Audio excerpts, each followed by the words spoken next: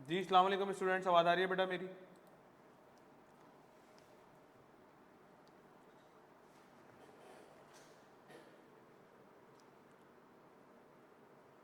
Okay. सो आज हमारी जो है वो PRC 4 की फर्स्ट क्लास है, that is introduction to accounting.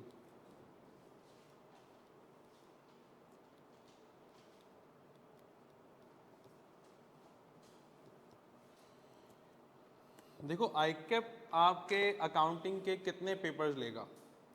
Accounting दो तरह की होती है, एक फाइनेंशियल अकाउंटिंग होती है, एक कॉस्ट अकाउंटिंग होती है, ठीक है ना। तो आईकैप आपका एक तो इंट्रोडक्शन टू अकाउंटिंग का पेपर लेगा ITA, ठीक है।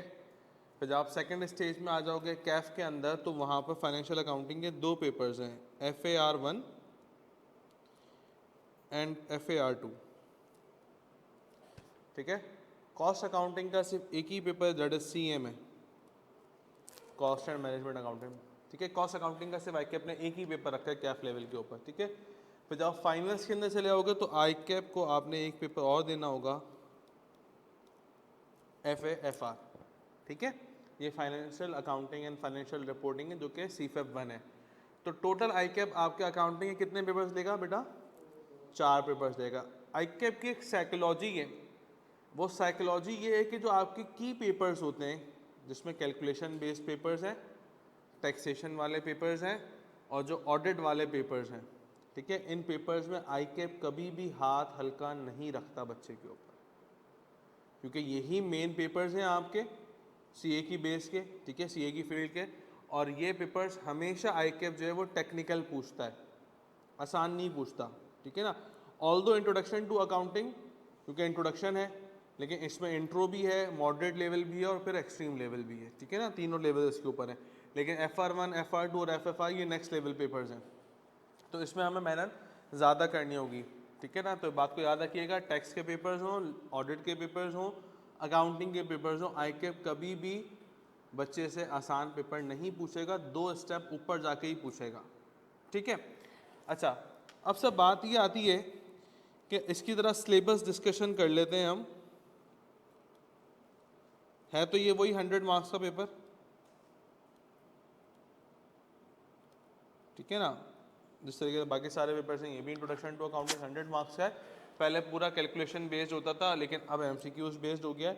मुझे एक बात बताएं, अगर हम सिलेबस की बात करते हैं तो मैं आपके सामने आईकैप का डायरेक्टिव शो करता हूँ, ठीक है ना। ये आईकैप का डायरेक्टिव है, इसकी PDF भी मैं ग्रुप पर डाल दूंगा। इसमें QAT से रिलेटेड भी इंफॉर्मेशन तुम्हारे पास सारी मौजूद है और PRC के एग्ज़ाम से रिलेटेड भी सारी इंफॉर्मेशन मौजूद है इसके अंदर, ठीक है। तो ज़रा इसके ऊपर आते हैं, क्या कहता है। देखो टेस्टिंग लेवल देख लो पहले इसमें ना। टेस्टिंग लेवल क्या लिखा हुआ है कि T1 होगा तो मैक्सिमम कितने मार्क्स का सवाल पूछा जाएगा? 8 मार्क्स का, ठीक है। T2 होगा तो मैक्सिमम कितने मार्क्स का सवाल पूछा जाएगा? 20 मार्क्स का। और अगर T3 होगा तो कितने मार्क्स का पूछा जाएगा? 25 मार्क्स का, ठीक है। T3 एग्जिस्ट ही नहीं करता हमारे पास, T1 और T2 एग्जिस्ट करता है, ठीक है। तो इसकी मैं स्क्रीन क्लिपिंग आपके सामने यहाँ पे भी लगा देता हूँ ताकि आपको मिल जाए।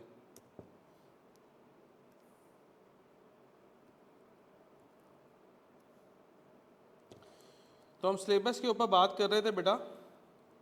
तो अगर हम अपने पास PRC 4 के सिलेबस के ऊपर आते हैं तो देखते हैं कि इसने किस तरीके से ग्रेड बनाई हुई है। इसने 3 ग्रेड्स बनाई हुई हैं। जैसे QM के अंदर तो 5 ग्रेड्स बनी हुई थी ना पूरे सिलेबस की, आईकैप ने अकाउंटिंग के अंदर 3 ग्रेड्स बना दी हैं, ठीक है। देखो ये रही ग्रेड A, उसने लिख के दिया हुआ है books keeping, accounting and books keeping, ठीक है ना। जिसकी वेटेज उसने कितनी मार्क्स की दी है? 42 60 मार्क्स की दी है। इसके अलावा जो ग्रेड B है फाइनेंशियल स्टेटमेंट्स, इसकी इसने कितने मार्क्स से ग्रेड दी है? 25 to 30 मार्क्स। इसका मतलब ये T2 या T3 के ऊपर आ रहा होगा, ऐसा ही है ना। और फिर आपके पास ग्रेड C है, दैट इज़ 15 to 25 मार्क्स, ठीक है ना। तो ये तीनों ग्रेड्स को भी मैं यहाँ क्लिप कर देता हूँ, फिर इन ग्रेड्स के अकॉर्डिंगली देखते हैं क्या सीन है।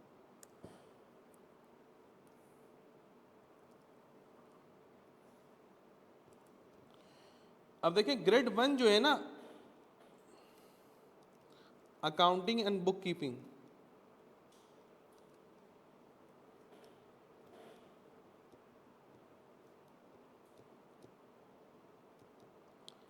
जिसकी वेटेज 40 to 60 मार्क्स की है। देखिए इसमें आके अपने क्या क्या लिख के दिया हुआ है। एक लिख के दिया हुआ है अकाउंटिंग का होना चाहिए, इसके अंदर अकाउंटिंग और बुक कीपिंग का होना चाहिए, फाइनेंशियल स्टेटमेंट्स के एलिमेंट्स होने चाहिए, ठीक है, बुक्स ऑफ प्राइम एंट्री और लेजर्स वगैरह होने चाहिए, एक्रूड एक्सपेंस होना चाहिए, ट्रायल बैलेंस। इन शॉर्ट पता है वो क्या कहना चाह रहा है? इन शॉर्ट वो पता है क्या कहना चाह रहा है? वो कह रहा है मैं आपसे इस ग्रिड के अंदर पूछूंगा ये वाले चैप्टर्स,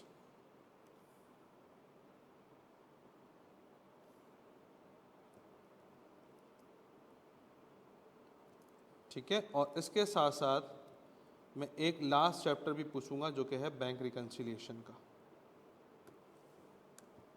मतलब ग्रेड 1 के अंदर आई कैप आपसे 4 चैप्टर पूछेगा, ठीक है बेटा, और इन 4 चैप्टर्स की वेटेज जो है वो कितने मार्क्स की है?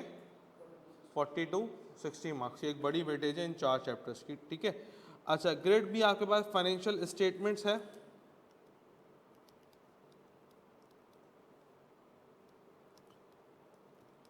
मैं अभी इसको कॉपी करने का मौका भी देता हूँ आप लोगों को। और फाइनेंशियल स्टेटमेंट्स की ग्रेड कितनी थी बेटा? 25 to 35 मार्क्स की। और इसके अंदर आई कैप ने हमें क्या लिख के दिया ये देखते हैं। लिखा है manufacturing account, preparation of statement of comprehensive income and preparation of statement of financial position. In short वो ये कहना चाह रहा है बेटा कि इस ग्रेड के अंदर मैंने ये 2 चैप्टर्स ऐड करे हैं, मैन्युफैक्चरिंग अकाउंट, ठीक है, इसको भी थोड़ा सा बड़ा कर लेते हैं,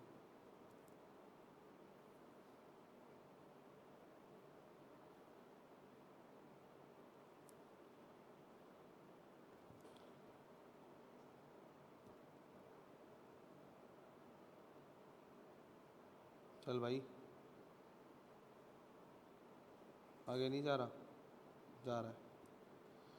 तो बेटा आपके पास सेकंड ग्रेड के अंदर कितने चैप्टर्स फॉल करते हैं? सिर्फ 2 चैप्टर्स फॉल करते हैं। फर्स्ट ग्रेड के अंदर आई कैप ने 4 चैप्टर्स को रखा हुआ है, ठीक है, चैप्टर नंबर 1 से लेकर 4 तक 5 चैप्टर्स को, चैप्टर नंबर 10 को भी, ठीक है ना। और जो सेकंड स्टेज है आपकी, सेकंड ग्रेड जो आई कैप ने बनाई है फाइनेंशियल स्टेटमेंट्स की, वो है 25 से 35 मार्क्स की। और आई कैप ने सिर्फ इसके अंदर 2 ही सवाल रखे हैं। ये अच्छा, ये दोनों चैप्टर्स जो हैं ये भारी चैप्टर्स हैं, ठीक है, इनके ऊपर ये डिफिकल्टी लेवल ज़्यादा है, इनके ऊपर मेहनत ज़्यादा करनी है हम लोगों ने, ठीक है ना। थर्ड जो आई कैप ने ग्रेड रख के दी है उसके अंदर उसने क्या लिख के दिया था? Depreciation and inventories, okay, C grade, depreciation and inventories भाई। और मेरे बच्चों इसकी वेटेज उसने दी थी 15 से 25 मार्क्स की।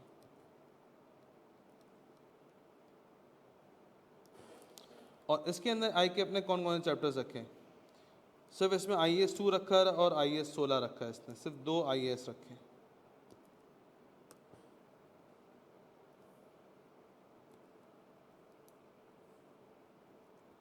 डेप्रिसिएशन का स्टैंडर्ड जो है वो IAS 16 है, इंटरनेशनल अकाउंटिंग स्टैंडर्ड्स, ठीक है, 16। इन्वेंट्री का तो IAS 2 उसने लिख के दिया हुआ है।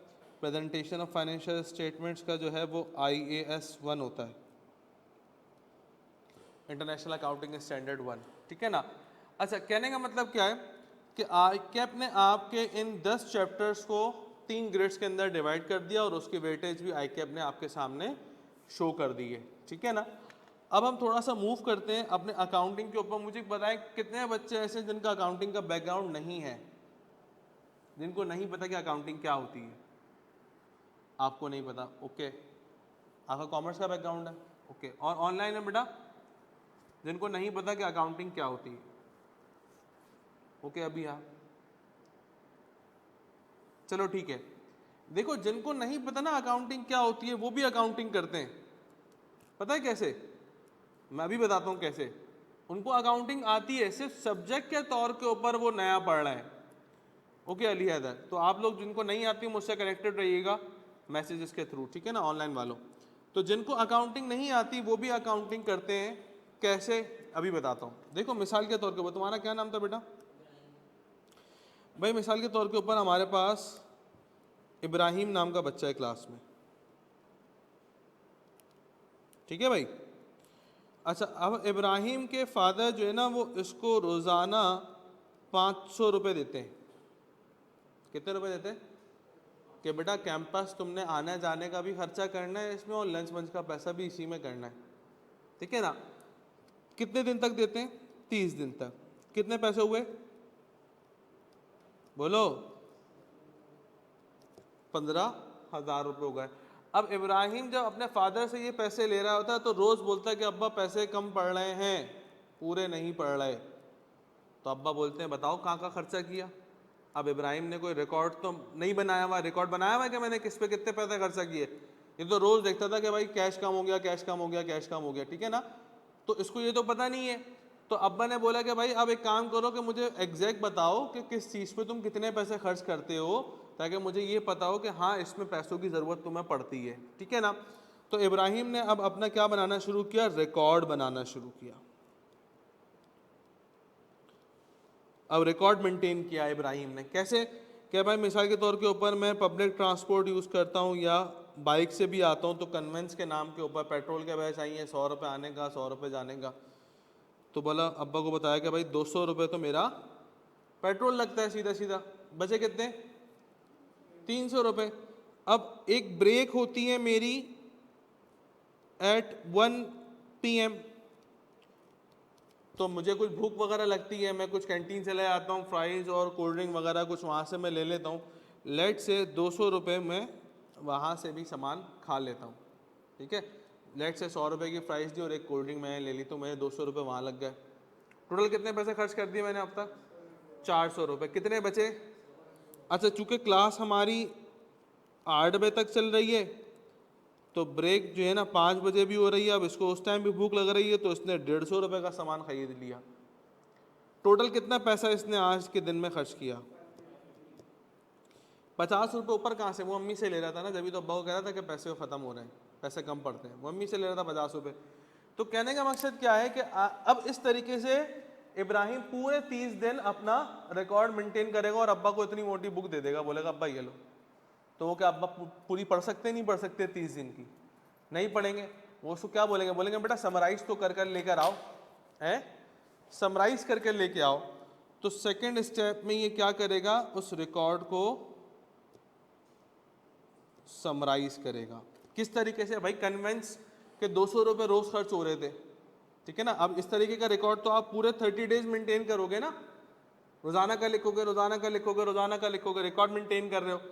अब समराइज के अंदर क्या होगा कि आप टोटल बेसिस के ऊपर लिखोगे कि भाई कन्वेंस के 200 रुपये रोज लग रहे थे, 30 दिन के कितने पैसे होगा बेटा? 6000 रुपीज़। अब बताएंगे भाई 6,000 रुपये का तो पेट्रोल लग रहा है मेरा। अच्छा, फिर जो ब्रेक हमारी हो रही है 1 PM के ऊपर, उसमें 200 रुपये 30 दिन के, वो कितने हो गए? वो भी 6,000 रुपये हो गए। और फिर जो हमारी ब्रेक हो रही है 5 PM के ऊपर, उसके कितने हो गए? 150 रुपये से बेटा साढ़े, तो टोटल कितना हो गया ये?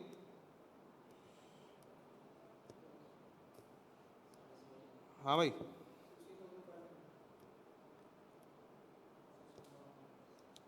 16,500।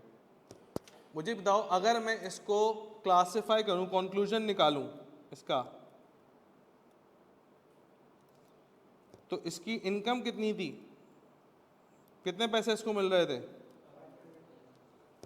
15,000 रुपये मिल रहे थे टोटल मंथली बेसिस पे। अब एक कंक्लूजन निकालो ना, टोटल इसको कितने पैसे मिल रहे थे? 15,000 रुपीज़ मिल रहे थे। इसने टोटल खर्चा का मतलब एक्सपेंस कितना किया? तो ये जो रिमेनिंग पैसे बच रहे थे मेरे पास, हाँ भाई कितने? 1500 रुपये। ये तो मैं अम्मी से लेके पूरा करा था ना, जब भी तो अब्बा को कह रहा था कि भाई खर्चा ज़्यादा हो रहा है, पैसे पूरे नहीं पड़ रहे, पैसे बढ़ा के दो। तो ये जो आपने काम किया है कि पहले रिकॉर्ड मेंटेन किया है ना, रिकॉर्ड मेंटेन करना है, उसको क्या किया, समराइज किया, जो जिस जगह जाता था उसको उस जगह डाल दिया, ऐसा है ना। और फिर उसका एंड में कंक्लूजन निकाला कि यार पैसे प्रॉफिट हो रहा है, लॉस हो रहा है। अगर 15,000 की जगह में 12,000 रुपये के अंदर काम कर लेता तो 3,000 रुपये क्या होते मेरे, सेविंग्स के हो जाते हैं। अगर ये ऊपर चला गया तो ये लॉस के पैसे होगा जो कि मैं मम्मी से पूरे करा था ले लेकर। तो ये सारे प्रोसेस का नाम ही अकाउंटिंग है। तो अकाउंटिंग कोई नई चीज नहीं है कि हाँ कोई नई चीज सीखने को मिलेगी। अकाउंटिंग वही है जो कि डेली बेसिस के ऊपर आप करते हो। जब घर से अम्मा अब्बा सामान लेने के लिए पैसे देते हैं कि भाई ये लो 2,000 रुपये, ये सामान लेके आया, तो आके बताते हो ना कि भाई ये सामान इतने का आया, ये सामान इतने का आया, और ये 1,500 रुपये खर्च होगा, 500 रुपये से। तो ये क्या किया है तुमने, ये तुमने अकाउंटिंग करी है कि उनको बता दे कि भाई ये दही इतने का लेके आया था, चिकन ये गोश्त वगैरह इतने का, और ये 500 रुपये आपके बच गए। आ रही मेरी बात समझ में। तो अकाउंटिंग आपके लिए कोई नई टर्म नहीं है, वही है काम जो आप डेली बेसिस के ऊपर करते आ रहे हो, सिर्फ एक सब्जेक्ट के तौर के ऊपर आप लोगों ने पढ़ना है। बेटा ऑनलाइन स्टूडेंट्स क्लियर होती है कि अकाउंटिंग किसको बोलते हैं। ये बेसिक अकाउंटिंग डेफिनेशन में आपके सामने लिखी है भाई। अली हैदर, चलो ओके। अब एक चलते हैं एक प्रॉपर डेफिनेशन की तरफ, और प्रॉपर डेफिनेशन हम बुक से ही क्लिप करते हैं।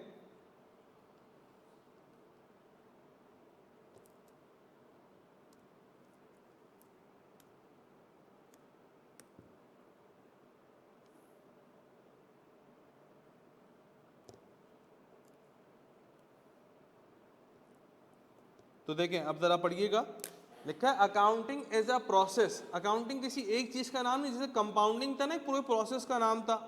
इंटरेस्ट कैलकुलेट करना, इंटरेस्ट को ऐड करना, फ्यूचर वैल्यू बनाना, पूरा कंपाउंडिंग था प्रोसेस।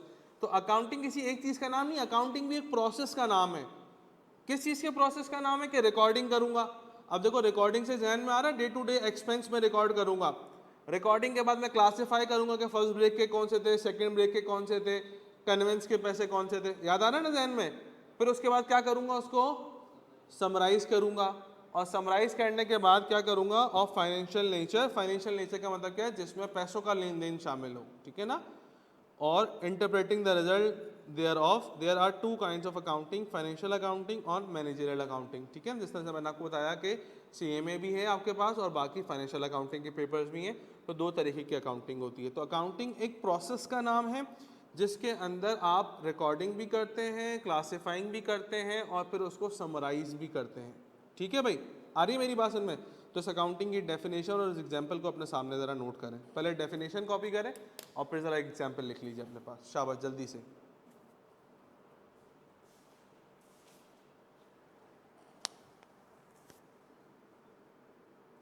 पहले डेफिनेशन लिखें फिर एग्जाम्पल लिखें।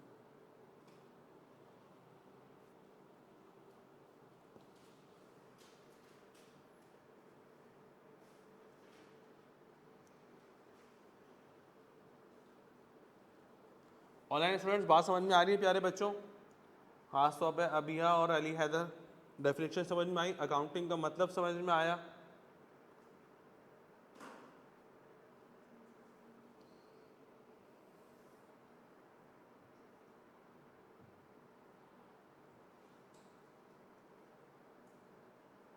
चलो गुड है। और बाकी लोग, हिबा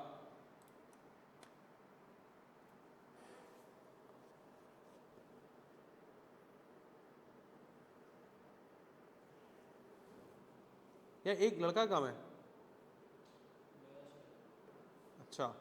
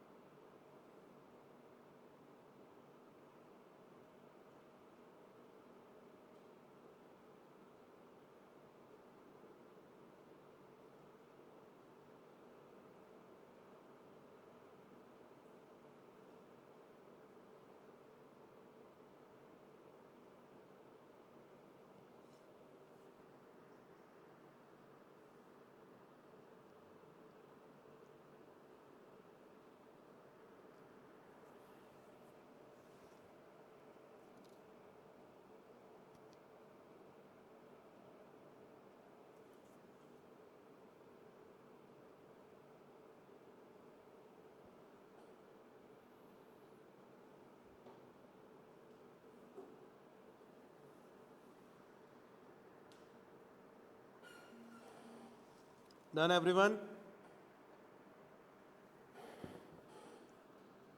लिख ली डेफिनेशन? Online students done?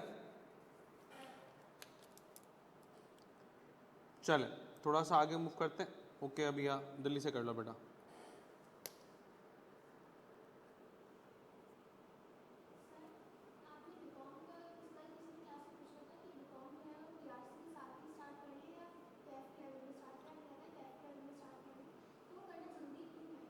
वो करना इसलिए ज़रूरी है कि देखो सीए तुम्हारे पास एक सर्टिफिकेशन है, डिग्री नहीं है। जब आपको अब्रॉड मूव करना है तो you should be graduate at least, ठीक है ना। तो इसीलिए ग्रेजुएशन की डिग्री लाजमी है आप लोगों ने करनी। तो ज़रूरी नहीं है, लेकिन फिर भी करेंगे तो सही ना, क्योंकि डिग्री की वैल्यू अलग है और क्वालिफिकेशन की सर्टिफिकेशन की वैल्यू अलग है। ऑल दो सर्टिफिकेशन जब एक चार्टर्ड अकाउंटेंट होता है तो उसके अलावा उसकी कोई चीज़ें देखी नहीं जाती, ठीक है ना। लेकिन फिर भी एक सपोर्टिव डॉक्यूमेंट के तौर के ऊपर आप वो भी करें लास्ट में।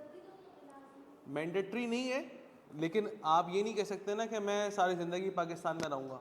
अब मुझे आप बताएं ना, अगर आपको यहाँ पे 5 लाख रुपए मिल रही है द सैलरी, दुबई से आपको ऑफ़र आती है 12-15 लाख रुपए की, अब मूव नहीं करोगे?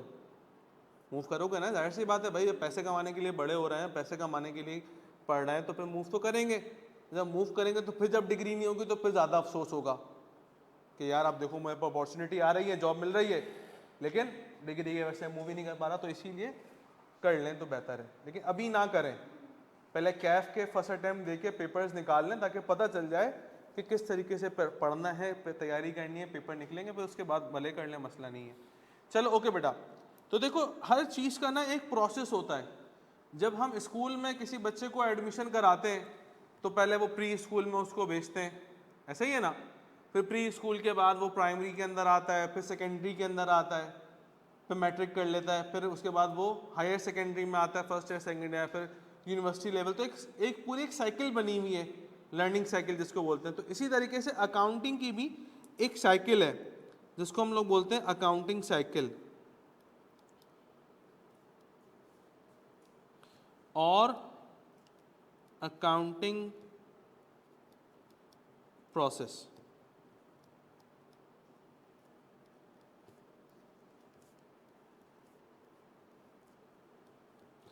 अब अकाउंटिंग साइकिल्स के अंदर क्या क्या आता है? अकाउंटिंग साइकिल्स के अंदर आती हैं प्यारे बच्चों 5 चीज़ें। सबसे पहली कि आइडेंटिफाई आर ट्रांजैक्शन, एक ट्रांजैक्शन होगी। सेकंड आपके पास होगी books of prime entry.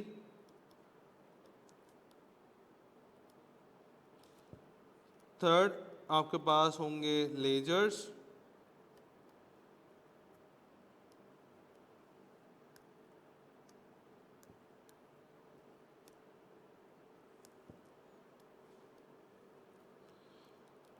Four आपके पास होगा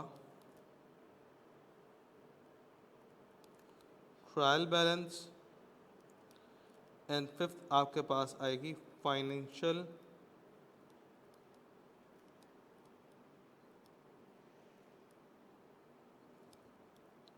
स्टेटमेंट्स, ठीक है ना। तो अब तो आर्टिकलशिप नहीं मिल रही फॉर्म्स में, क्यों नहीं मिल रहा भाई? बिल्कुल मिल रही फॉर्म में आर्टिकलशिप। किसने बोला? किसने बोला नहीं मिल रही?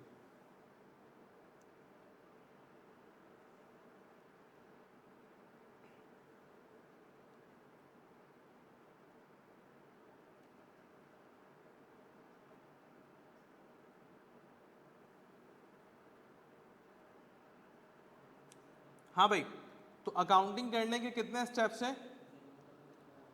5 स्टेप्स हैं। सबसे पहले एक ट्रांजैक्शन आइडेंटिफाई हमने करनी होती है। ट्रांजैक्शन का मतलब क्या है कि एटलीस्ट 2 पार्टीज हो जिनके बीच में कोई पैसों के लेन देन, कोई सामान की खरीदो फरोख्त हो, तो उसको ट्रांजैक्शन बोलते हैं। नहीं नहीं बिल्कुल हो रही है इंडक्शन, ऐसे की बात नहीं है, ठीक है ना।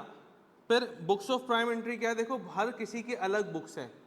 पैसे लेने वाले की बुक्स अलग है, ठीक है ना। पैसे देने वाले की बुक अलग है, परचेस करने वाली बुक अलग है, सेल करने वाली बुक अलग है, कैश का रिकॉर्ड रखने वाली बुक अलग है और उधार पे माल लेने वाले की बुक अलग है। तो सारी बुक्स हमने अलग अलग बनानी होती है, सबका हिसाब किताब अलग अलग किताबों में रखना होता है। ठीक है, बुक्स का मतलब क्या है, जर्नल्स बनाने हमने, ठीक है ना। तो बुक्स में क्या क्या चीज़ें आती हैं, बुक्स के अंदर आती है बेटा हमारे पास सबसे पहले आता है सेल्स जर्नल, ठीक है ना, जिसमें हम सेल्स कर रहे हो, ठीक है ना। सेल्स जर्नल के बाद हमारे पास क्या आता है, परचेस जर्नल, जिसके अंदर हम परचेस कर रहे हो। आपने अभी क्या बताया कि कैफ के बाद क्या करना चाहिए डिग्री के लिए, अप्लाई कर देना चाहिए, मतलब बीकॉम में एडमिशन ले लो, मैं ये कह रहा हूँ। ड्यूरिंग द कैफ ले लो, कैफ के बाद नहीं।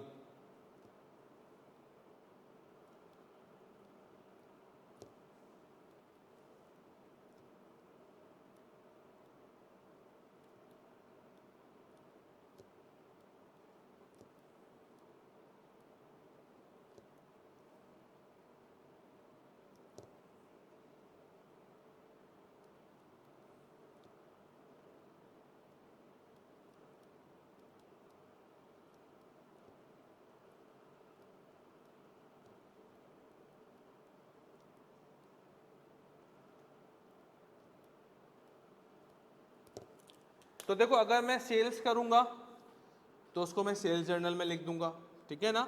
अगर परचेज करूंगा तो उसको परचेज जर्नल में पार्क कर दूंगा। कैश का हिसाब रखूंगा तो कैश बुक बना लूंगा। अच्छा, बैंक बुक हम नहीं बनाते, वो बैंक बनाता है, ठीक है ना। अच्छा, जर्नल किस लिए बनाते हैं वो भी मैं बताऊंगा अभी थोड़ी सी देर बाद। रिसीवेबल का मतलब क्या होता है कि किसी से मुझे पैसा लेना होगा, है ना, तो मैं उसको रिसीवेबल बुक में लिखूंगा। पेबल का मतलब क्या होता है, किसी को मुझे पैसा, मैंने किसी को पैसा देना होगा, ठीक है ना, तो मैं पेबल बुक के अंदर लिखूंगा। तो ये सारी बुक्स ऑफ प्राइम एंट्री कहलाती हैं, जिसमें हमने डिफरेंट तरह के बुक्स बनाना सीखेंगे। अच्छा देखो, ट्रांजैक्शन को समझने के लिए या बुक्स ऑफ प्राइम एंट्री को समझने के लिए आपके पास अकाउंटिंग के एलिमेंट्स की नॉलेज होनी बहुत ज़रूरी है, क्योंकि ट्रांजैक्शन पढ़ के आपको ये पता चलना चाहिए कि इसमें कौन कौन से अकाउंटिंग के एलिमेंट्स आते हैं। तो सबसे पहले हम मूव करते हैं अकाउंटिंग के एलिमेंट्स की तरफ, ठीक है ना।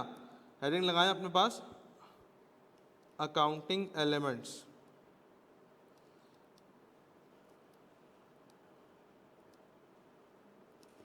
हाँ भाई, जरा मुझे बताओ कि अकाउंटिंग के कितने एलिमेंट्स होते हैं, कोई बताएगा? अकाउंटिंग के कितने एलिमेंट्स होते हैं?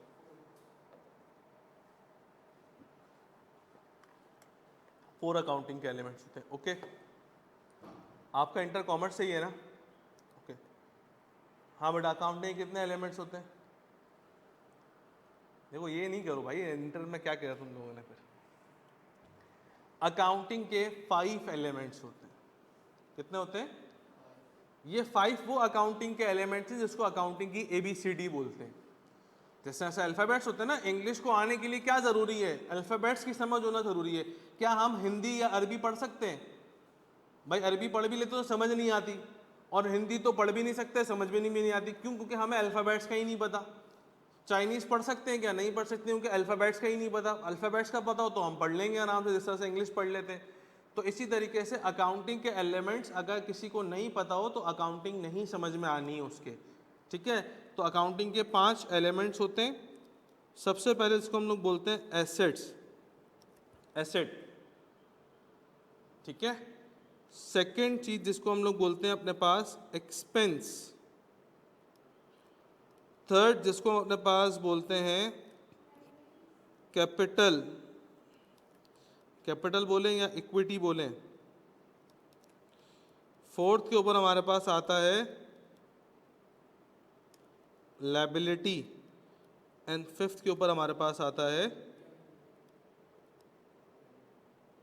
रेवेन्यू। तो अकाउंटिंग के कुल टोटल 5 एलिमेंट्स होते हैं जो मैंने आपके सामने लिस्ट डाउन कर दिए हैं। अब बारी बारी इसके बारे में हम नॉलेज लेना सीखेंगे, फिर ट्रांजैक्शन पे मूव करेंगे और फिर बुक्स ऑफ प्राइम एंट्री और बाकी सारे प्रोसेसेस कंप्लीट करेंगे। अच्छा, मेरा और आपका इस अकाउंटिंग साइकिल में यहाँ तक का साथ है सिर्फ, मतलब ट्रांजैक्शन का काम भी हम करेंगे, बुक्स ऑफ प्राइम एंट्री का काम भी हम करेंगे, लेजर्स का काम भी मैं ही कराऊंगा, ट्रायल बैलेंस तक का काम मैं ही कराऊंगा, फिर फाइनेंशियल स्टेटमेंट्स का काम दूसरे टीचर्स बाकी आके कराएंगे। ठीक है, तो हमने यहाँ तक अपने पास सीखना है। इसमें किसी का कोई सवाल है तो मुझसे कर लो। हाँ भाई, ऑनलाइन स्टूडेंट्स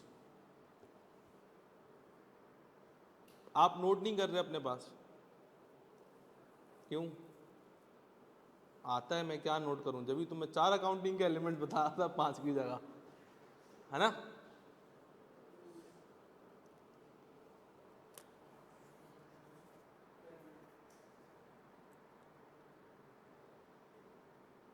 तो जिन्होंने अकाउंटिंग एलिमेंट्स लिख लें वो बड़े बड़े हेडिंग डालें कि व्हाट इज एसेट,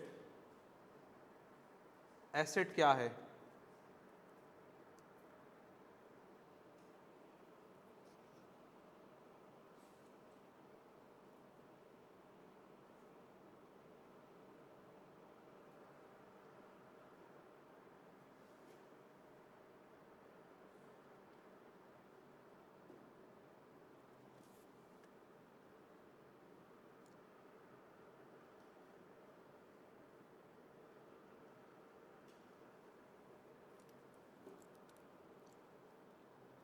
चलें आगे बढ़े, ऑनलाइन स्टूडेंट सब साथ हैं बेटा, आगे मूव कर जाऊं मैं।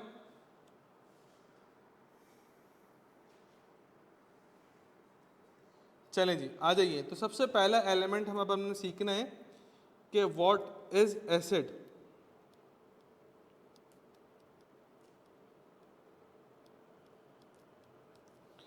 देखो as per IS1, as per IS1 एक एसिड एक ऐसी चीज होती है जो 3 कंडीशंस को फॉलो करे। अगर किसी चीज के अंदर 3 खुसूसियात पाई जाती हैं तो अकाउंटिंग बोलता है वो आपका एसिड है। क्या है? पहली कंडीशन है, शाबाश, वेरी गुड, बिल्कुल गलत। हाँ भाई,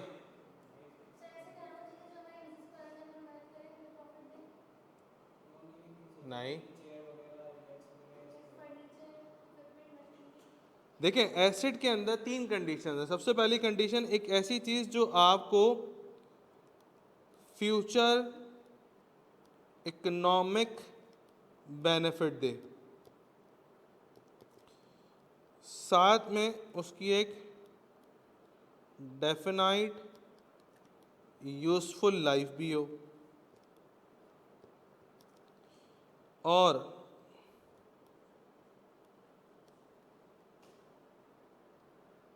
वो कंट्रोलेबल भी हो।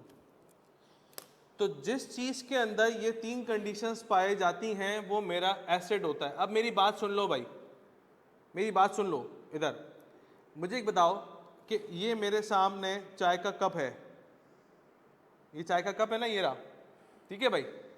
क्या ये चाय का कप को मैं एसिड बोल सकता हूं? नहीं बोल सकता। अब देखो सोचने का तरीका, क्या ये मुझे बेनिफिट देगा या नहीं देगा? हाँ भाई, इसके अंदर चाय है, मैं चाय पी रहा हूँ इसके अंदर, है तो बेनिफिट दे रहा नहीं दे रहा? बिल्कुल दे रहा है। क्या इसकी एक यूजफुल लाइफ है या नहीं है?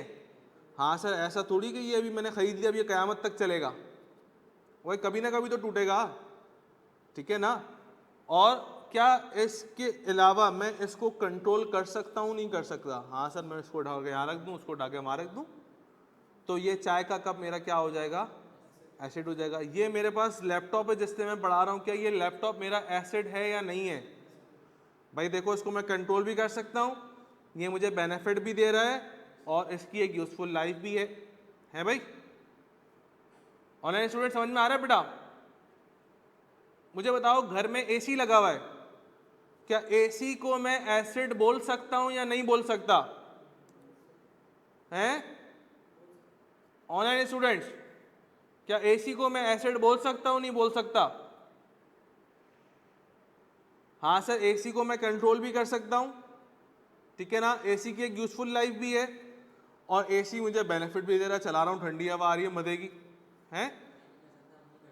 क्या चीज बेटा? अब ये पर्सनल बातें मैं नहीं करना चाह रहा ना यहाँ पे, फिर अभी करूंगा तो फिर तू शर्माएगा यहाँ पे, क्लास में घुसते हैं अभी।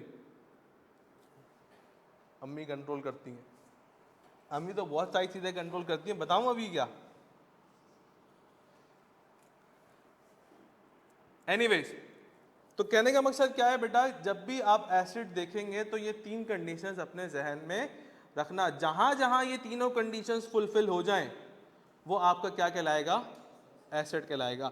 अच्छा, एसिड की बाइफरकेशन 2 तरीके से होती है। एसिड्स जो है ना वो 2 तरीके से बाइफरकेट होते हैं, according to their useful life, according to their useful life और simultaneously according to their nature. अब सर इसका क्या मतलब है कि according to their useful life और अकॉर्डिंग टू देयर नेचर? देखो, यूजफुल लाइफ के अंदर 2 चीजें आती हैं। अगर useful life more than 1 year है या useful life less than 1 year है, अगर किसी एसिड की लाइफ 1 साल से ज्यादा की है तो वो कौन से एसिड होते हैं? वो एसिड होते हैं फिक्स्ड एसिड्स। अगर किसी एसिड की लाइफ 1 साल से ज्यादा की हो तो वो क्या कहलाता है बेटा? फिक्स्ड एसिड कहलाता है। ठीक है,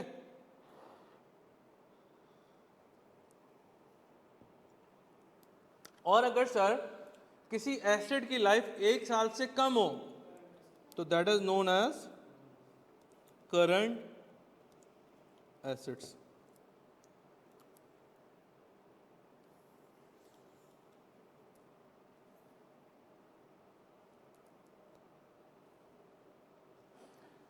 क्या मेरी बात समझ में आती है नहीं आती?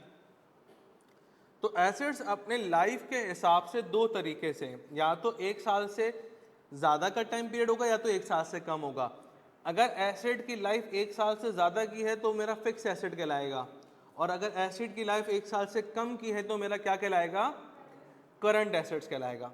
ऑनलाइन स्टूडेंट्स, प्यारे बच्चों, बात समझ में आ रही है? खासतौर पर वो लोग जो पहली दफ़ा अकाउंटिंग पढ़ रहे हैं, उनको एसिड की डेफिनेशन समझ में आई कि एसिड किसको बोलेंगे?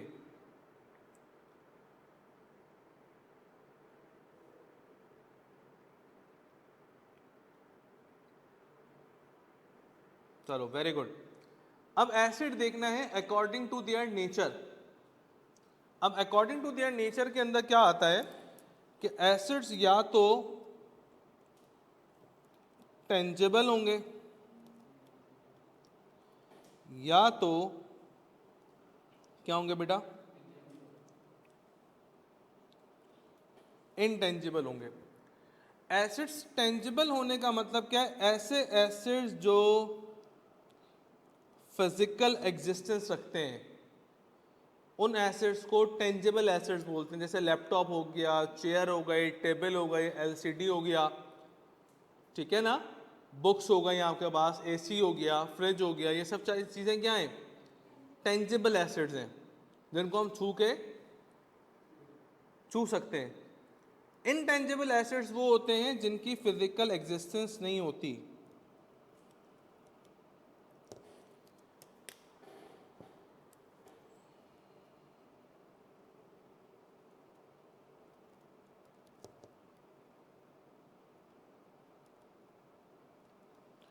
इनटेंजिबल एसिड्स कौन से होते हैं बेटा? जिनकी फिजिकल एक्सिस्टेंस नहीं होती। मुझे एक बात बताओ, हम सब ने लैपटॉप यूज़ किया हुआ है, कंप्यूटर यूज़ किया हुआ है, ये सबको तो पता है ना? है? बताओ भाई बताओ, लैपटॉप कंप्यूटर सबने यूज़ किया, ऐसा तो कोई नहीं जिसको कंप्यूटर यूज़ ही नहीं किया हो।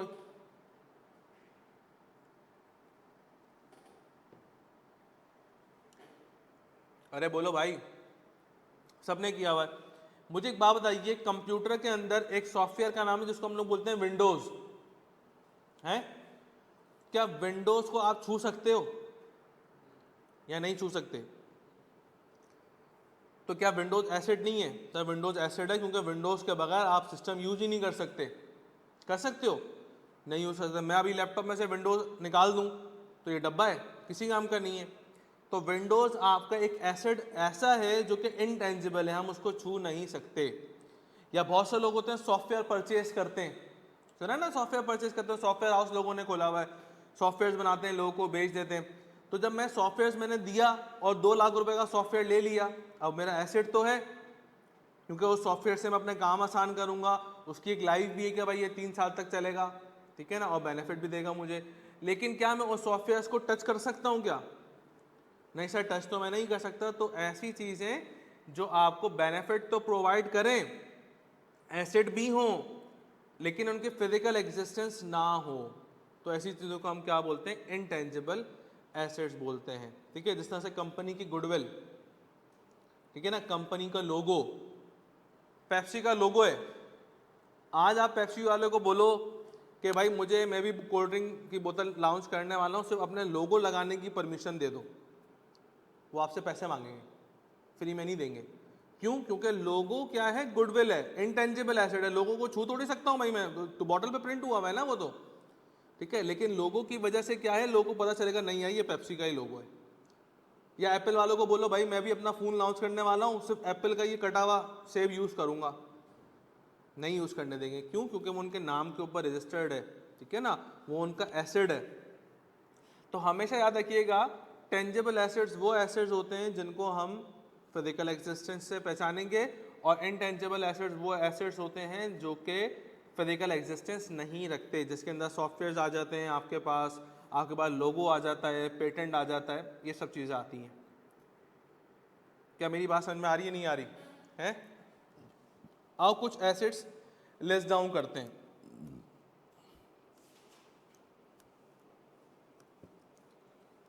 फॉर एग्जाम्पल,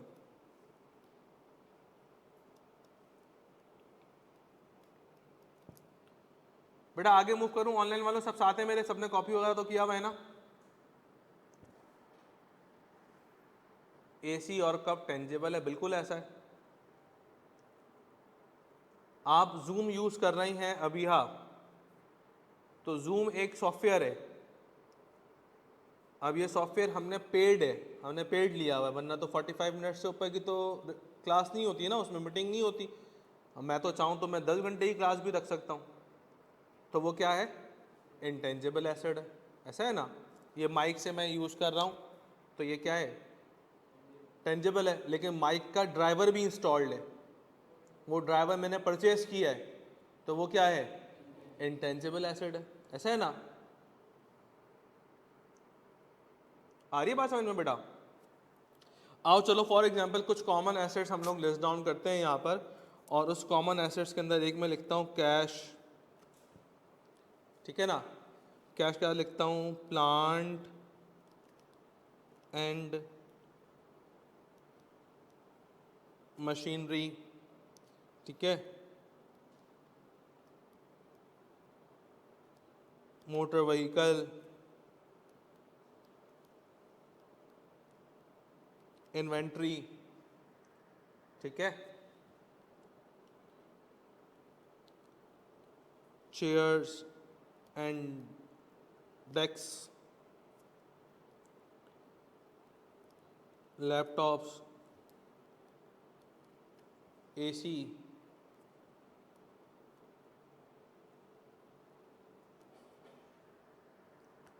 हाँ भाई, और कौन कौन से होंगे?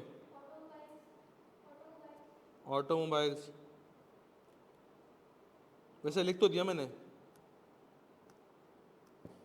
लिख तो दिया मोटर व्हीकल। हाँ भाई, buildings, receivable,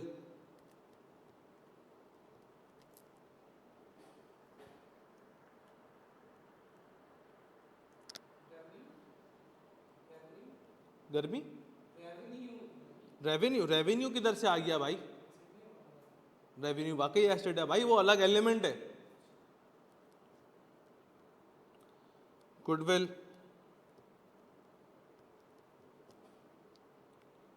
logo, and patents, furniture लिख लो। अब देखो इनमें से कुछ एसेट्स ऐसे हैं जिनकी लाइफ 1 साल से ज़्यादा की है। मैं भी थोड़ा सा बाइफरकेट करता हूँ, 1 मिनट।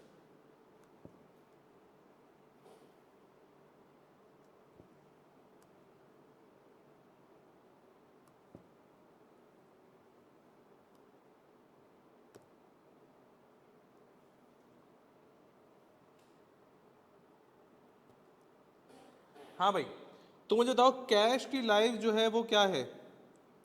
लेस देन 1 ईयर है। Cash as a current asset assume किया जाता है, ठीक है। और कैश क्या टेंजिबल है या इनटेंजिबल है? टेंजिबल। भाई छू सकते हैं ना कैश को, तो कैश जो है वो टेंजिबल एसेट है। आ रही है मेरी बात समझ में? है भाई ऑनलाइन स्टूडेंट्स, ये समझ में आया कि कैश की जो लाइफ है वो क्या है? 1 साल से कम की है। और कैश का जो नेचर है वो क्या है? टेंजिबल एसेट्स है, हम छू के टच कर सकते हैं उसको। अच्छा भाई, प्लांट एंड मशीनरी। अब एक बच्चा बोल रहा है सर बात तो ठीक है लेकिन पौधों का क्या काम है? हैं? प्लांट क्यों लिखा है? पौधों का क्या काम है यहाँ पे? ओ भंगी, ये प्लांट वो वाला प्लांट नहीं है जो ये घरों में लगाते हैं। ये प्लांट कौन सा है? ये प्लांट एंड मशीनरी वाला प्लांट है। अजीब हद हो गई, मतलब कि बोलो ये पौधों का क्या काम है यहाँ पे अकाउंटिंग के अंदर? ये प्लांट एंड मशीनरी वाला प्लांट है प्यारे बच्चों। और प्लांट एंड मशीनरी की लाइफ जो है वो मोर देन 1 ईयर होती है। और ये भी क्या है बेटा आपके पास? टेंजिबल एसेट है, ठीक है ना। अच्छा, मोटर व्हीकल, मोटर व्हीकल की लाइफ भी मोर देन 1 ईयर है। और ये भी क्या है बेटा आपके पास? टेंजिबल एसेट्स है। चेयर एंड डेस्क या इन्वेंट्री, इन्वेंट्री जो है वो लेस देन 1 ईयर है, ये भी टेंजिबल एसेट्स है, ठीक है ना। इन्वेंट्री क्या होती है? किसको नहीं पता इन्वेंट्री क्या होती है? ऑब्वियस सी बात है कि जिनका अकाउंटिंग का बैकग्राउंड नहीं है उनको नहीं पता कि इन्वेंट्री क्या होती है, और जिनका अकाउंटिंग का बैकग्राउंड है उनको कौन सा पता है? वरना भी पूछ लेते हैं। हाँ भाई, रिमेनिंग बच जाता है उसको इन्वेंट्री बोलते हैं। चलो, वो भाई फुल फॉर्म नहीं पूछ रहा मैं, इन्वेंट्री होता क्या है? जो भी एसेट्स होते हैं इन्वेंट्री कहते हैं। Very good. तुम्हें तो डायरेक्ट एफएफआर का पेपर देना चाहिए भाई, ये छोड़ो 3 पेपर तुम नहीं देना, मना कर दे, गलत बात। हाँ भाई ऑनलाइन वालों, इन्वेंट्री किसको बोलते हैं? ओ भाई इंटरमीडिएट पढ़ा भी है तुम लोगों ने? नहीं पढ़ा है? कॉमर्स से क्या किया है? देखो हर वो चीज इन्वेंट्री है जिस चीज का तुम कारोबार करते हो। क्या मैंने कहा? हर वो चीज अकाउंटिंग की जबान में इन्वेंट्री है जिस चीज का तुम क्या करते हो? कारोबार करते हो। अब आप गए हो एक फर्नीचर के स्टोर में, कहाँ गए हो? फर्नीचर खरीदने गए हो, वहां पे सोफे भी रखे हुए हैं, बेड भी रखे हुए हैं, कबर्ड्स भी हैं, ऐसा ही है ना, ड्रेसिंग वगैरह सब रखी हुई है। तो उसका बिजनेस क्या है? उस शॉप वाले का बिजनेस क्या है? ये फर्नीचर बेचना बिजनेस है उसका। तो वो फर्नीचर नहीं बोलेगा, फर्नीचर को क्या लिखेगा? इन्वेंट्री लिखेगा। जबकि उसके शोरूम में तो एसी भी लगा हुआ है, तो वो एसी को इन्वेंट्री नहीं बोलेगा क्योंकि एसी बेचना उसका काम नहीं है। उसके पास तो पंखे भी लगे हुए हैं, गाड़ी भी है, जनरेटर भी है, ठीक है ना, लेकिन वो उनको इन्वेंट्री नहीं बोलेगा क्योंकि उसका बेचने का काम क्या है? फर्नीचर बेचने का काम है। इसी तरीके से तुम एक इलेक्ट्रॉनिक्स की दुकान में चले जाओ, अब इलेक्ट्रॉनिक्स की दुकान में तो एलसीडी भी है, गड़ा इलेक्ट्रॉनिक्स में चले जाओ, एलसीडी, टीवी, फ्रिज, वेसीआर सब कुछ मौजूद है। तो वो उसकी क्या है? वो उसकी इन्वेंट्री है। लेकिन वहां तो फर्नीचर भी रखा हुआ है, टेबल्स वगैरह रखी हुई नहीं रखी हुई, शेल्फ भी उसने बनाए हुए, सब चीजें रखी हुई हैं, तो वो उसकी इन्वेंट्री नहीं है, वो उसके बाकी एसेट्स हैं। तो इन्वेंट्री हम किसको बोलते हैं? जिस चीज का आप बिजनेस करते हो, ठीक है ना। एक गोश्त वाली की दुकान में चले जाओ, तो उसके बाद गोश्त काटने के इंस्ट्रूमेंट भी रखे हुए होते हैं, वो एक लकड़ी का एक गोल सा रखा होता है जिसके ऊपर वो गोश्त बना रहा होता है, ऐसा ही है ना। तो गोश्त उसकी क्या है? इन्वेंट्री है। गोश्त क्या है? क्योंकि वो गोश्त की दुकान है ना यार। इसी तरीके से मसालों और दालों वाला की दुकान में चले जाओ, तो उसने तो पंखा भी लगाया हुआ है, यूपीएस भी लगाया हुआ है, जनरेटर भी रखा हुआ है, एसी भी लगाया हुआ है, लेकिन वो इन्वेंट्री नहीं है। क्या इन्वेंट्री है? वो जो दालें मसाले रखे हुए हैं, चावल वगैरह रखे हुए हैं, आटा रखा हुआ है, वो उसकी इन्वेंट्री है। आ रही है मेरी बात समझ में? है प्यारे बच्चों?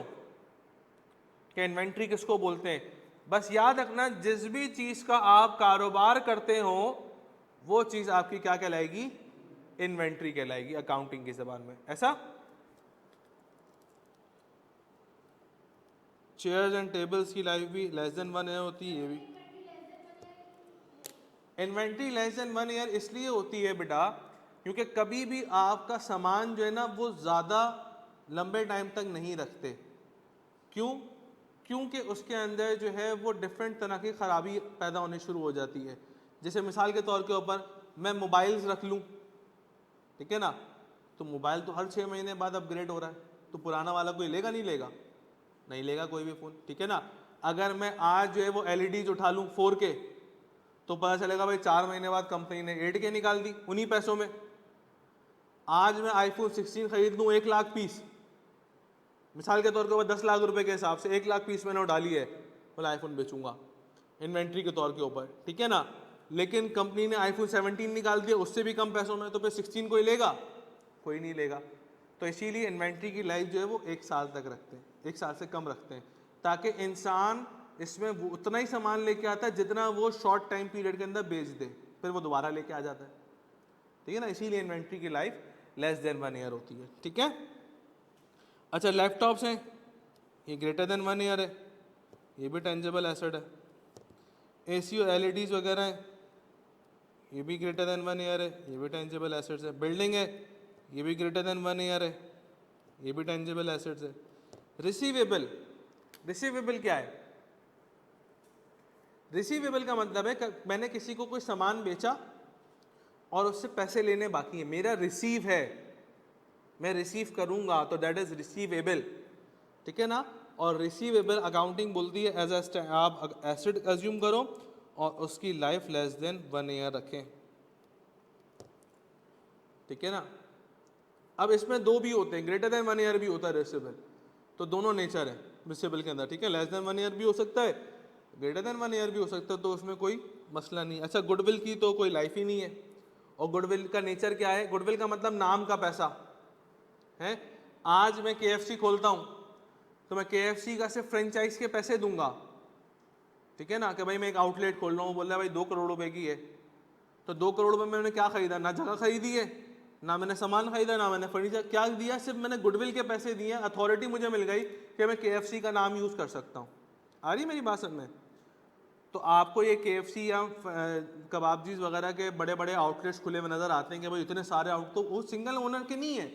मैं चाहूँ मैं आज KFC का आउटलेट ले लूँ, कबाबजीज फ्राइड चिकन का आउटलेट ले लूँ, क्या करूँगा? सिर्फ मुझे उनके गुडविल के, उनके नाम के पैसे देने होंगे, मैं उनका नाम यूज़ कर सकता हूँ। आ रही बात समझ में? तो ये नाम की, ये गुडविल क्या होता है बेटा? इनटेंजिबल एसेट्स होता है। लोगो पैटर्न मैं आपको बता चुका हूँ, इनकी भी कोई लाइफ नहीं होती, ये भी इनटेंजिबल एसेट्स है। फर्नीचर की लाइफ जो है वो लेस देन और ग्रेटर देन दोनों ईयर हो सकती है, ठीक है ना, दोनों नेचर हो सकते हैं, लेस देन भी हो सकता है और ग्रेटर देन ईयर भी हो सकता है, 1 ईयर।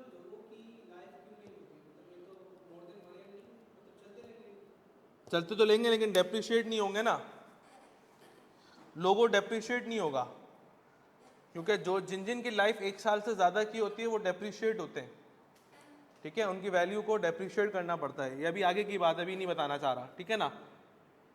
तो इस बात को याद रखिएगा कि कुछ की एसेट्स की लाइफ 1 साल से ज़्यादा की होती है, कुछ एसेट्स की लाइफ 1 साल से कम की भी होती है, और उनका नेचर भी मैंने आपके सामने लिख दिया कि वो टेंजेबल भी होते हैं और इनटेंजिबल भी होते हैं। ज़रा इसको नोट डाउन करें अपने पास, फिर हम थोड़ा सा आगे मूव करते हैं।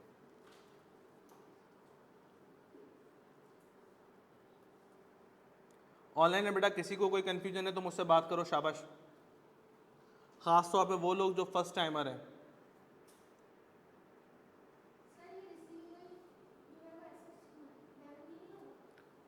देखो, रेवेन्यू हमारा सेल्स है जिसके अगेंस्ट ये आया है, ठीक है, और रेवेन्यू वो भी रिसीवेबल के सेल्स के अगेंस्ट आता है, जो क्रेडिट सेल्स होती हैं उनके अगेंस्ट आता है। तो से हर ट्रांजैक्शन के 2 पार्ट्स हैं। जिस तरह से ओनर कोई इन्वेस्टमेंट करता है बिजनेस के अंदर, तो वो बिजनेस के लिए एसेट भी है, ओनर की इक्विटी भी है, 2 है ना। तो अगर सेल्स हो रही है तो सेल्स इज अ रेवेन्यू, और रिसीवेबल इज योर एसेट। इसी के साथ आप कोई सामान परचेज कर रहे हो उधार पर, तो जो आपने परचेज किया वो क्या है, एसेट, और जो पेएबल है वो क्या है, लायबिलिटी। तो हर चीज़ के दो पार्ट है, क्योंकि हम जो एंट्री पास करते हैं या जो हम रिकॉर्डिंग करते हैं वो डबल एंट्री सिस्टम फॉलो करते हैं ना, डेबिट भी हो रहा होता है साथ में क्रेडिट भी, सिंगल एंट्री तो फॉलो नहीं करते हम। तो डबल एंट्री सिस्टम के अंदर दो चीज़ें आ रही होती हैं, ठीक है ना।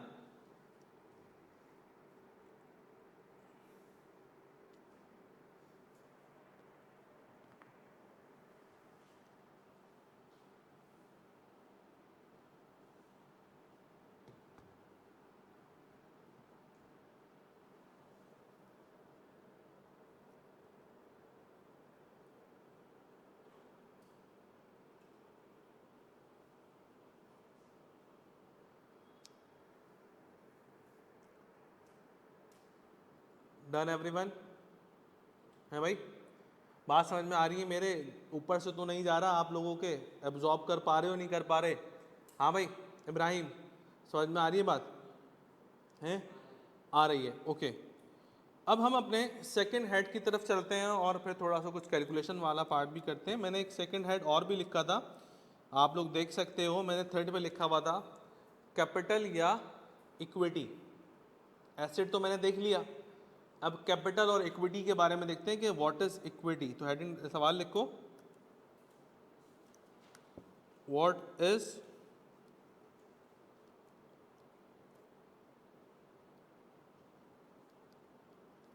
और लिखो कि इट्स अ अमाउंट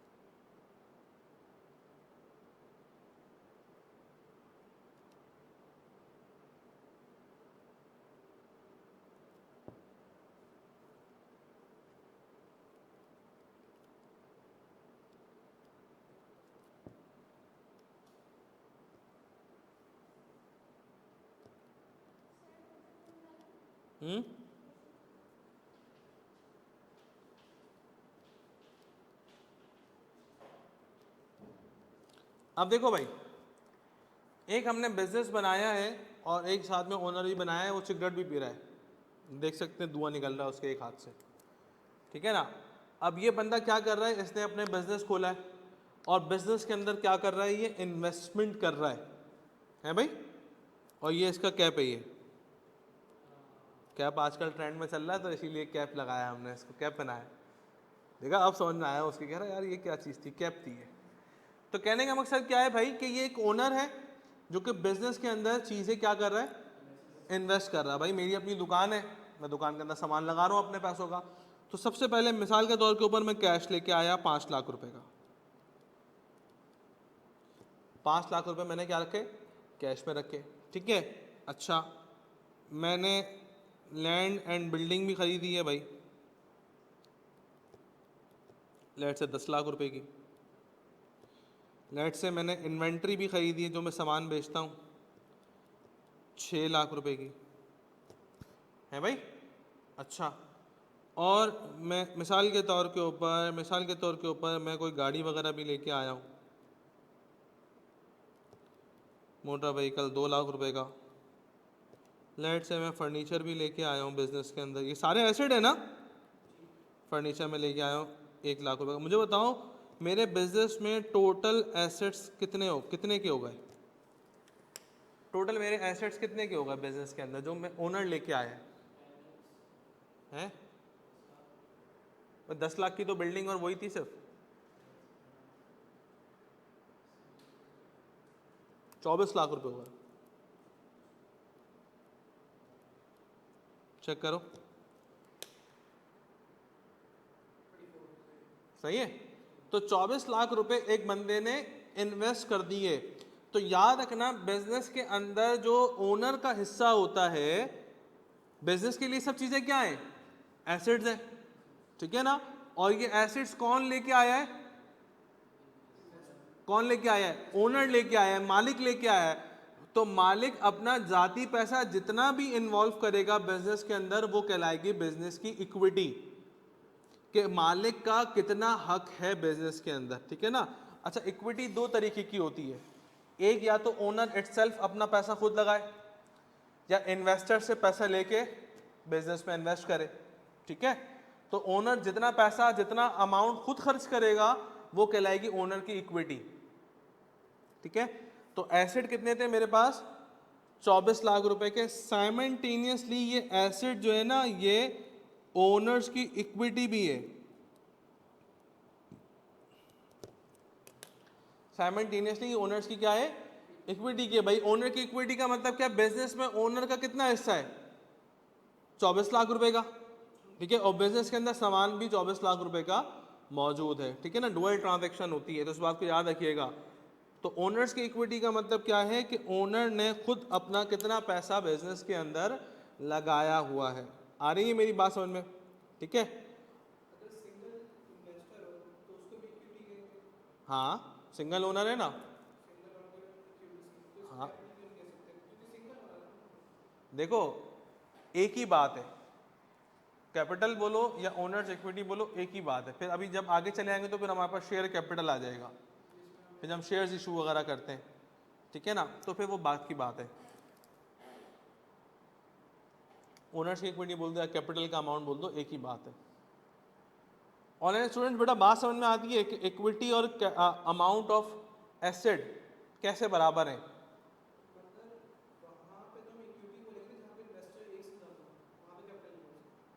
और भाई कहीं भी बोल दो यार, अभी इन्वेस्टर एक से ज़्यादा, इन्वेस्टर एक से कम हो, अभी सिंगल ओनर की बात हो रही है, एक ही बंदा इन्वेस्टमेंट कर रहा है बस। अभी तो मल्टीपल बंदों के आए ही नहीं है ना इन्वेस्टमेंट के ऊपर, ये आ गए। अभी देख क्या क्या चीज़ें लेके आऊँगा मैं, फिर पूछूंगा कि क्या हो रहा है।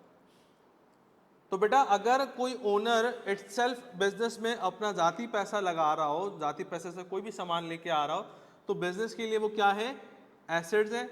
और बिजनेस में जो ओनर का हिस्सा है वो टोटल वही है, क्योंकि ओनर की इन्वेस्टमेंट है 100%, तो वो क्या कहलाती है, ओनर्स की इक्विटी भी कहलाती है। और एक याद रखना, एक बेसिक अकाउंटिंग इक्वेशन के तौर के ऊपर, एक बेसिक अकाउंटिंग इक्वेशन के तौर के ऊपर आप ये कह दीजिएगा कि किसी भी बिजनेस के टोटल एसेट्स बराबर होते हैं टोटल ओनर्स इक्विटी के, कि एक बिजनेस में जितने भी एसेट्स होते हैं वो सब ओनर की इक्विटी होती है, ठीक है। ये बेसिक अकाउंटिंग इक्वेशन है। इसमें एक एलिमेंट और भी ऐड होगा, तो वो मैं कल की क्लास में ऐड करूँगा, मतलब नेक्स्ट क्लास में ऐड करूँगा, ठीक है ना।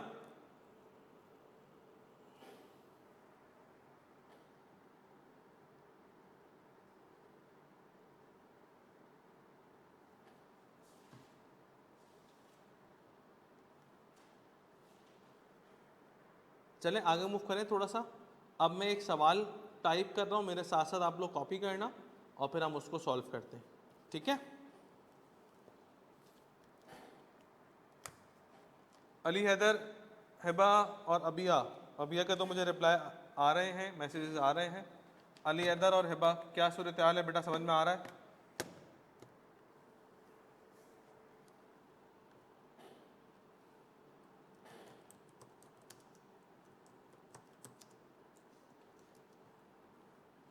क्या होना था, नहीं आ रहा यार। माइक्रो तुमने 4 साल इंटर बोर्ड में पेपर दे दिए, माइक्रो की आदत नहीं हुई, हद होगा यार। ये देखो कैसे बच्चे हैं ये। Practice question 1,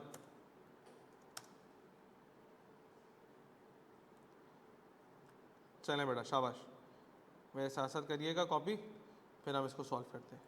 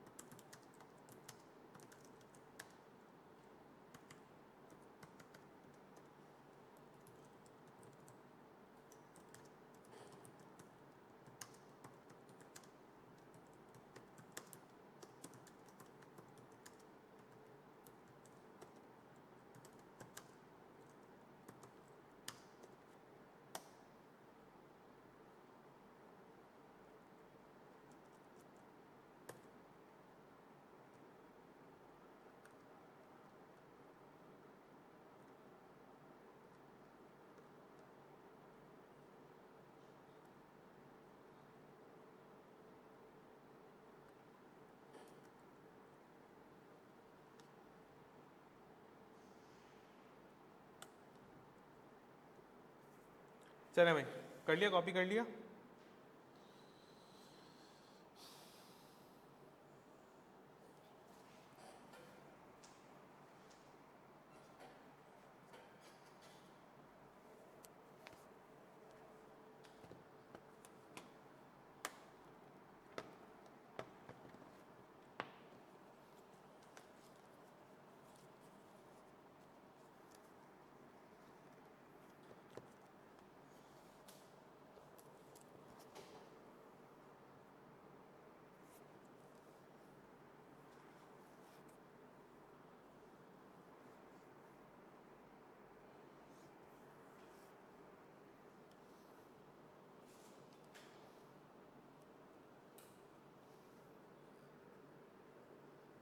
done.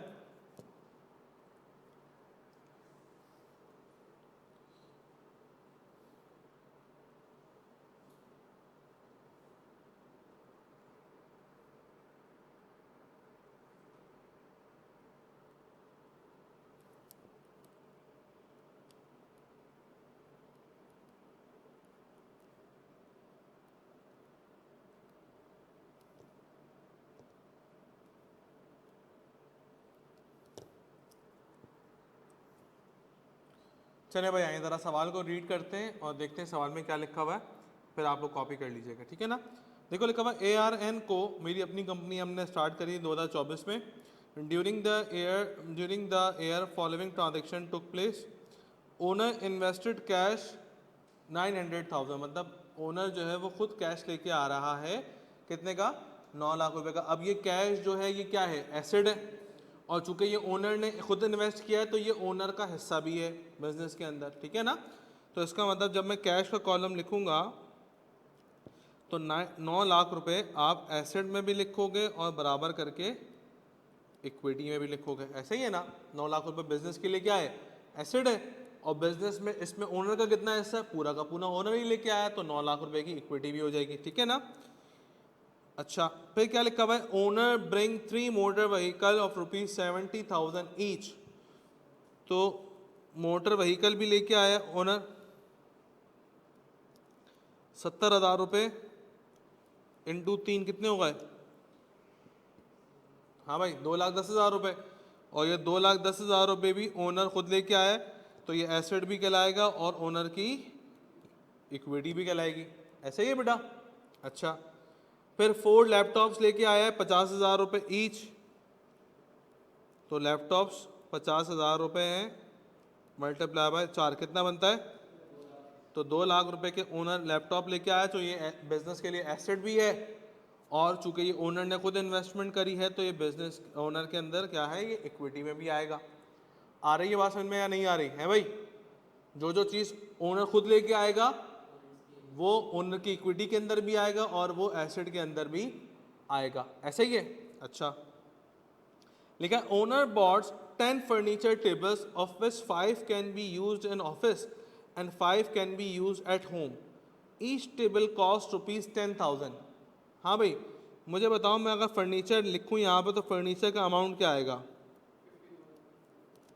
क्यों, 10 टेबल दिए ना मैंने, तो 10,000 रुपये के हिसाब से। देखो एक बात को याद रखना, ओनर की अकाउंटिंग नहीं करते हम किसकी अकाउंटिंग करते हैं, बिजनेस की। ओनर अपनी जाती जिंदगी में करोड़ों रुपए का सामान खरीदे, हम उसका हिसाब किताब नहीं रखते, ठीक है। हम हिसाब किताब किसका रखते हैं, बिजनेस का। क्या बिजनेस में क्या लेके आ रहा है, तो 10 उसने टेबल्स परचेज की थी, तो वो ऑफिस में कितनी लेके आया, 5। तो हम जो टेबल्स काउंट करेंगे वो कितनी टेबल्स काउंट करेंगे, सिर्फ 5 ही काउंट करेंगे। अब वो घर 5 लेके जाए या 55 ले जाए, हमें उससे गर्ज नहीं है, ठीक है।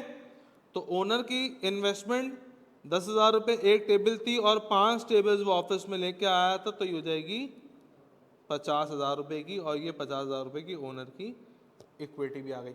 आ रही है मेरी बात समझ में, कि ओनर की हम पर्सनल अकाउंटिंग नहीं करते, तो जो वो सामान घर लेके जाएगा वो हम काउंट नहीं करेंगे, ना इक्विटी के अंदर ना एसेट्स के अंदर, ठीक है। जो बिजनेस में लेके आएगा सिर्फ हम वही काउंट करेंगे, ठीक है। अबिहा और अली हैदर समझ में आ रहा है बेटा। फिर ओनर एसी लेके आया है, बताओ कितने एसी बिजनेस के अंदर लेके आया और कितने घर ले गया वो, 4 एसी खरीदे हैं 1 लाख रुपए के हिसाब से, 1 लाख रुपए एक के हिसाब से, और वो 2 पर्सनल यूज में ले गए, तो ऑफिस में कितने लेके आया? 2 एसी। तो मैं 4 काउंट करूं या 2 काउंट करूं? हैं?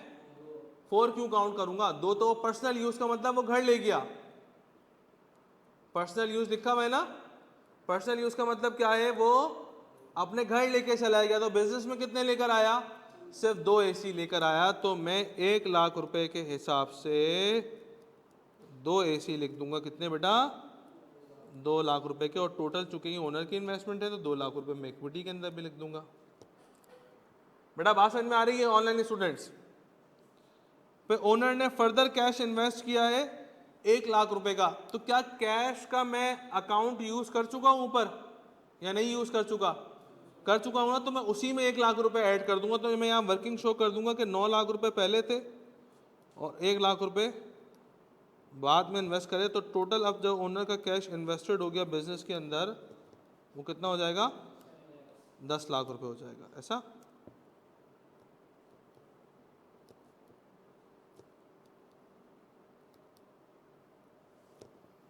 तो जरा टोटल करिएगा, मुझे बताएं कि टोटल एसेट्स कितने आ रहे हैं और टोटल इक्विटीज कितनी आ रही हैं। दोनों बराबर आएंगे।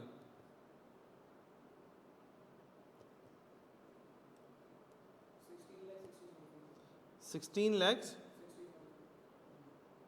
बाकी बात है। 2 2 4 2 6, हाँ 16,60,000। ओके, और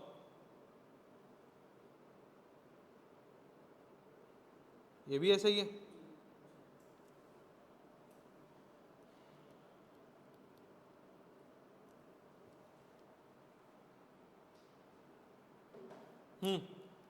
बात समझ में आ रही है ऑनलाइन स्टूडेंट्स और फिजिकल वाले सबको? एसेट किसको बोलते हैं? चलो रिवाइज करते हैं। एसेट किसको बोलते हैं बेटा? बोलो, या कॉपी कर लो, पहले कॉपी कर लो, पहले कॉपी कर लो फिर रिवाइज करते हैं। शाबाश, जल्दी से।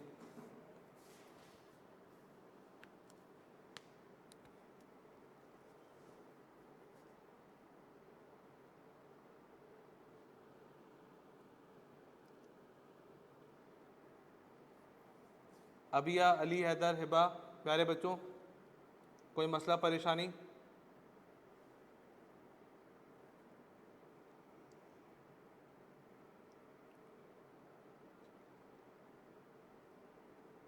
Very good Abiya, very good Hiba. Okay Ali, Haidar, शाबाश।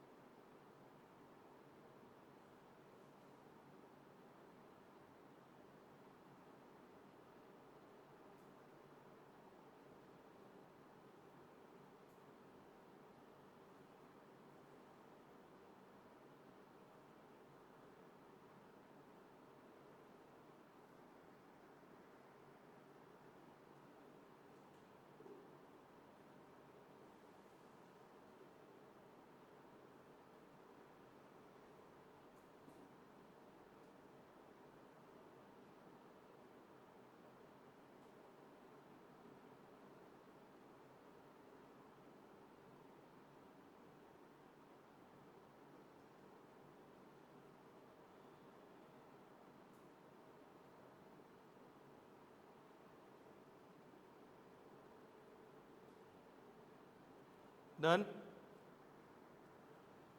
हाँ भाई, हो गया। चलो आओ रिवाइज करते हैं फिर थोड़ा सा। ऑनलाइन स्टूडेंट बताओ बेटा, लिख लिया?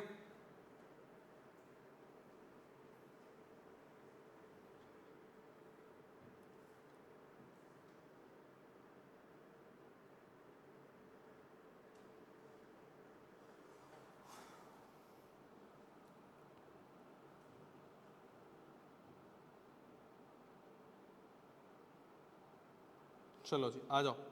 सो रिवाइज करते हैं थोड़ा सा कि एसेट क्या होते हैं। पहले तो देखते हैं कि 5 एलिमेंट्स ऑफ अकाउंटिंग क्या थे। एसेट्स थे, उसके अंदर एक्सपेंस था, लायबिलिटी था, इक्विटी था और रेवेन्यू था, जिसमें से आज हमने 2 चीज़ें देखी हैं, एक एसेट देखे और एक इक्विटी देखा। तो देखा था व्हाट इज़ एसेट। तो एसेट के अंदर जहाँ जहाँ भी ये 3 कंडीशंस पाई जाएं, तीनों फॉल हों, वो चीज़ क्या कहलाती है, एसेट। पहली चीज़ क्या कि आपकी एक फ्यूचर इकोनॉमिक बेनिफिट भी दे वो, ठीक है, उसकी एक यूजफुल लाइफ भी हो और वो क्या भी हो, कंट्रोल भी हो। तो जहाँ जहाँ ये तीनों चीज़ें होंगी वो चीज़ एसेट कहलाएगी। अच्छा, फिर एसेट की बाइफर्केशन हमने 2 तरीकों से देखी, according to their useful life और अकॉर्डिंग टू देयर नेचर। तो यूजफुल लाइफ के हिसाब से अगर एसेट की लाइफ 1 साल से कम है तो वो क्या कहलाते हैं, करंट एसेट कहलाते हैं, और अगर 1 साल से ज़्यादा की हो तो वो क्या कहलाते हैं, फिक्स एसेट कहलाते हैं। और अगर अकॉर्डिंग टू देयर नेचर देखें तो अगर एसेट्स टेंजेबल का मतलब क्या होता है कि वो फिजिकल एग्जिस्टेंस रखते हो, और एसेट्स इनटेंजेबल कौन से होते हैं, जो कि फिजिकल एग्जिस्टेंस नहीं रखते। फिर हमने कुछ एग्जांपल देखी थी, ठीक है ना।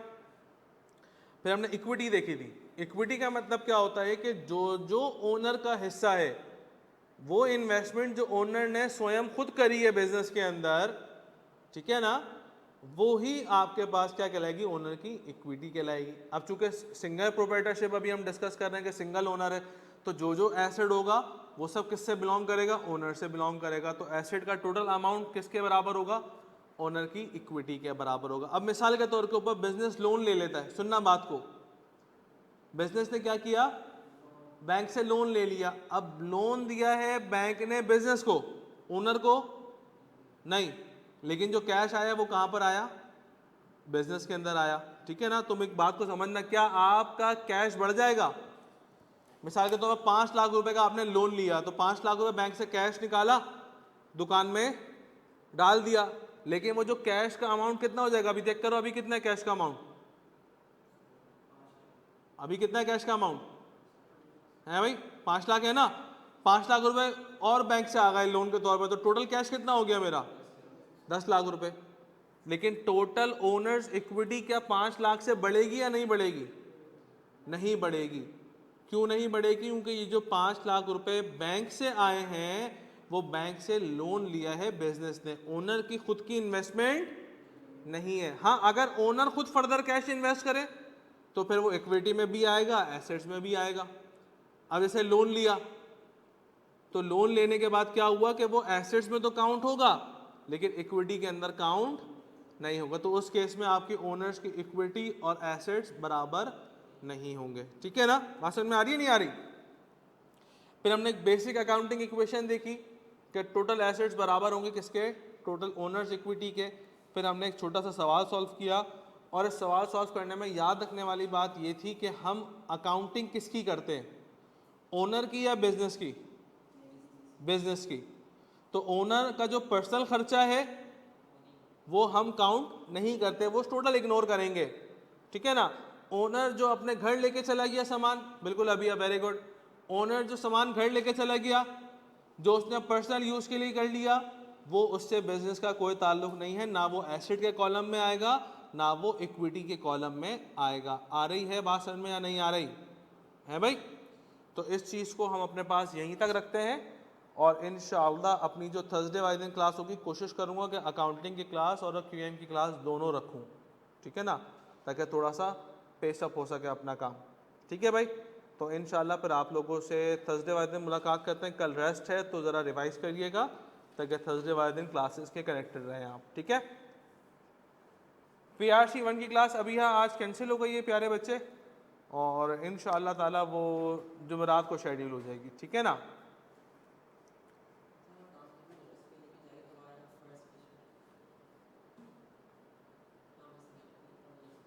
ये मैं भेज देता हूँ ना ग्रुप पे, मैं भी ग्रुप पे भेज देता हूँ, ठीक है। चलो भाई, अल्लाह हाफिज़।